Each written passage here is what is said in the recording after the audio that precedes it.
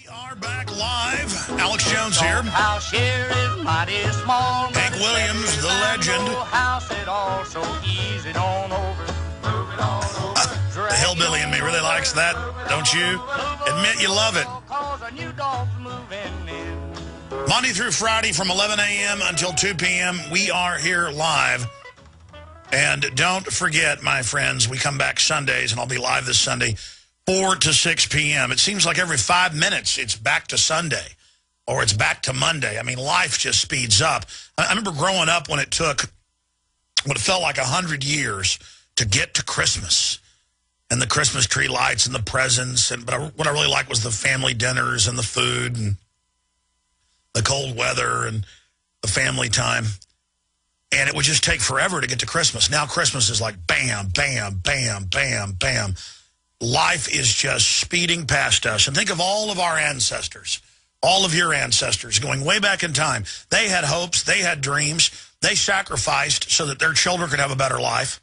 Many people died so we'd have the basic liberties we have today.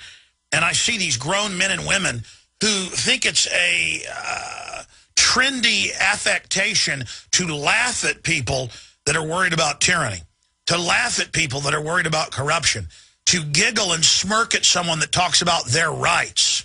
It's kooky. It's weird. Oh, these weirdos are talking about the Federal Reserve being private. I remember being called a conspiracy theorist 16 years ago, and people calling the radio station and going, is this guy racist? I heard that's code for racism. And you saw that last year. You don't like government-run health care? You're a racist. I mean, just desperate tactics. But the good news is it doesn't work anymore. A large portion of the population, nearing a majority, well, Congress has the lowest approval rating ever. Only 9% of Americans think that the Congress serves them. People are awake. They're just not. You ever woke up in a hotel room and you don't know where you are for a minute? You're like, this doesn't look like my bedroom in the dark. You go, oh, yeah, I'm in a hotel room. You wake up and there's like an ambulance going by and you're in New York City and you're like, and you're like, oh, yeah, I'm in New York. People need to just wake up out of the trance. We're not in Kansas anymore. And everything that the global bankers have done in other countries, everything they write about, they're very arrogant. You know, Bob Chapman, I think that's one of their biggest weak spots in the social engineering system is that they do love to brag. They do, in their own publications that they don't think the general public reads, they do admit a lot of what they were planning, and that's how you and others were able to lay out their program long before it happened. Well, that's why I have been a subscriber to Foreign Affairs, the House organ of the Council on Foreign Relations, since 1960. You know, we were talking about Europe a few minutes ago, and one of the things that they're trying to keep from the people of the world, the Germans are well aware of it, but the Federal Constitutional Court in Karlsruhe is going to, on September the 15th, vote upon or say whether the German government spending of citizens' money to bail out foreign nations, is legal. And they're not talking about it.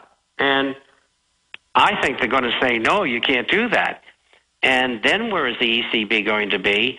And they're not going to be able to lend anybody any money. And that's going to bring the whole thing down. And down it should.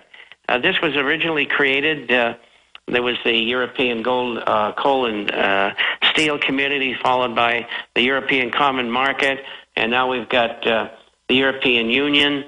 And what they wanted to make out of this was this would be the model for one world government, the euro would be the model for the one world currency, and they screwed it up. And they openly have written countless books saying that. We cover it in my seminal film, Endgame. I mean, they admit this is the model. And you're saying, Bob, they've screwed it up. I mean, I see that countries are balking, Germany chief amongst them, and then France and others, because the public doesn't want to, quote, bail out banks. They sell it as a loan to Portugal or Italy or Ireland or Greece. When you read the fine print, it's just money directly to the central banks. But, I mean, isn't that their end game, to implode these countries? And so perhaps all along they planned to implode the euro and move directly to just a bank of the world. I mean, they were just talking about that 3 years ago. And perhaps the world will bow because they'll tell trendies it's cool. And a lot of trendies will probably put stickers on their cars to the new global government bank and actually teach their children that it's good to be a slave. I mean, I'm not kidding. If you tell the average trendy, especially some, business graduate, that throwing their kids in a meat grinder is cool, they'll do it. And so people will probably just be like bowing down to the Rothschilds and pulling their teeth out if they have gold in their teeth with pliers and saying, "Here, Lord Rothschild, take it." And Rothschild's like, "No, but I will tax you for breathing." That's how far this has gone, Bob. You're right. And the situation in Europe has gone to the point where it's now irretrievable. And can you believe that they took all of August off and didn't even deal with it? It shows you how the bureaucrats in Europe, through socialism, have just become dead ends. And so, you asked whether this was planned. I don't think so. I think they really made a mess out of this. They know what they'd like to do now, but it's going to be too hard to pull off. I mean, when you see Rothschild going into SoGen and putting up the money, and you see the Buffetts of the world popping in with $5 billion here and there just to extend things for another 3 or 6 months, you know they're in serious trouble. It's going down. How long will it take? I don't know. What other tricks can they pull? I don't know. They're very good at it, incidentally, and they're not stupid. But they've made some fierce mistakes, and they're going to pay for it. But this is not going to go away.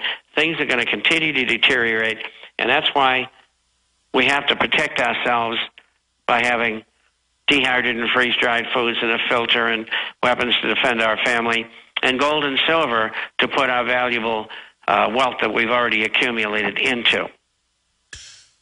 Well, you're certainly right, Bob. I want to take some phone calls, but first I wanted to raise a couple other issues with you.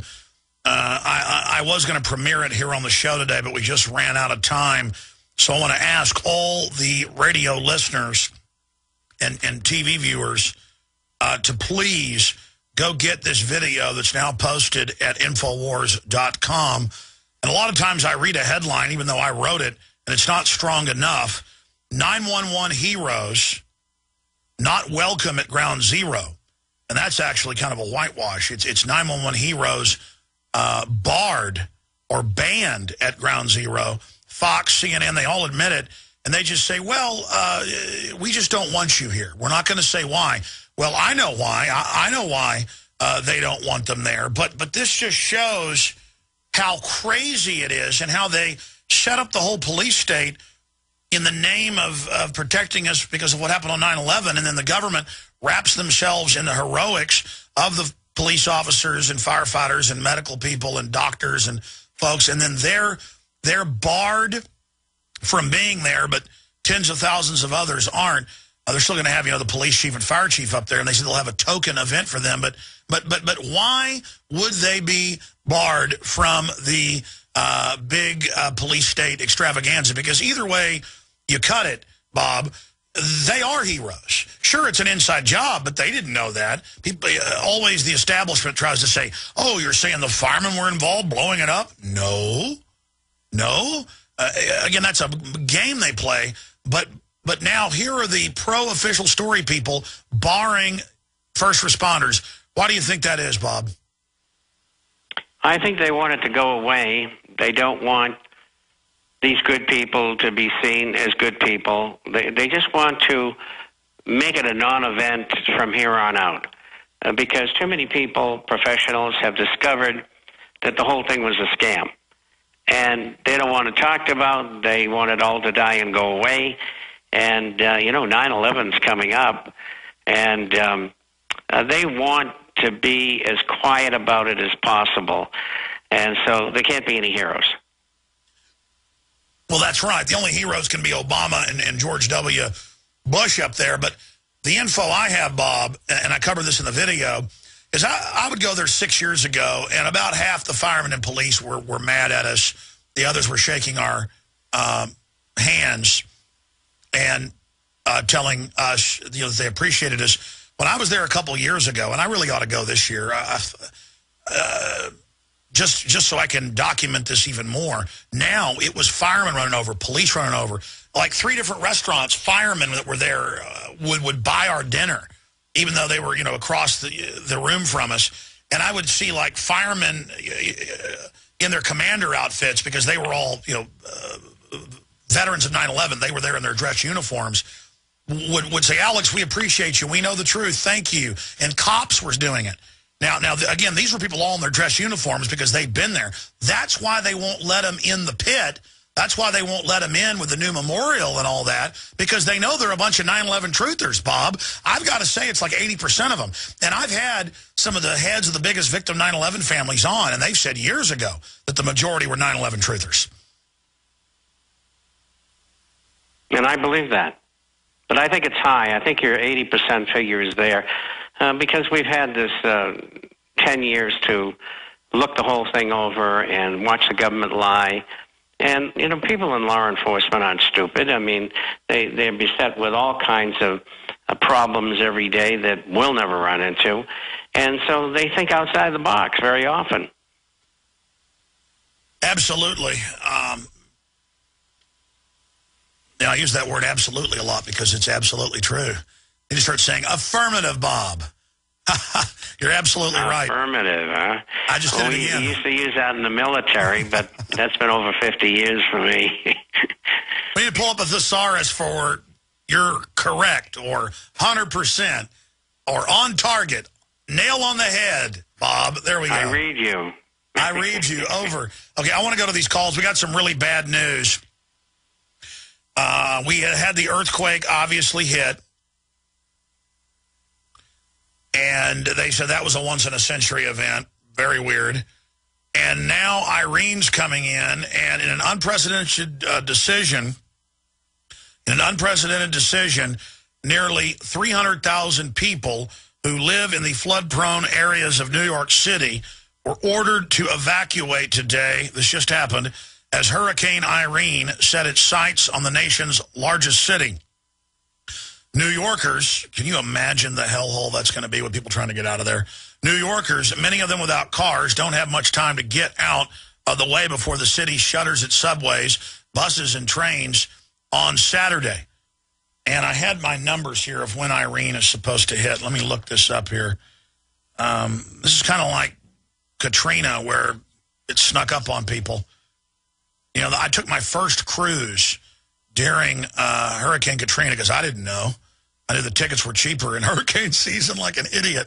We leave on the Carnival Cruise Line to the Western Caribbean, Cozumel and all those places, Bob. And then on our way back, they're not telling everybody to be scared on the 2-day cruise back.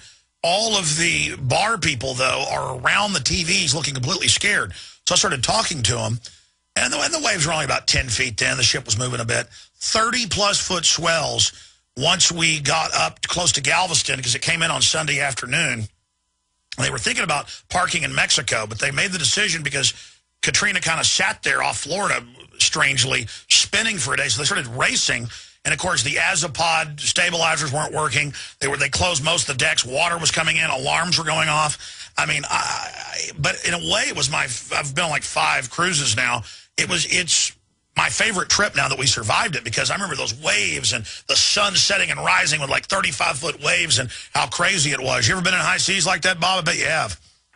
I certainly have, and I got to tell you this very briefly.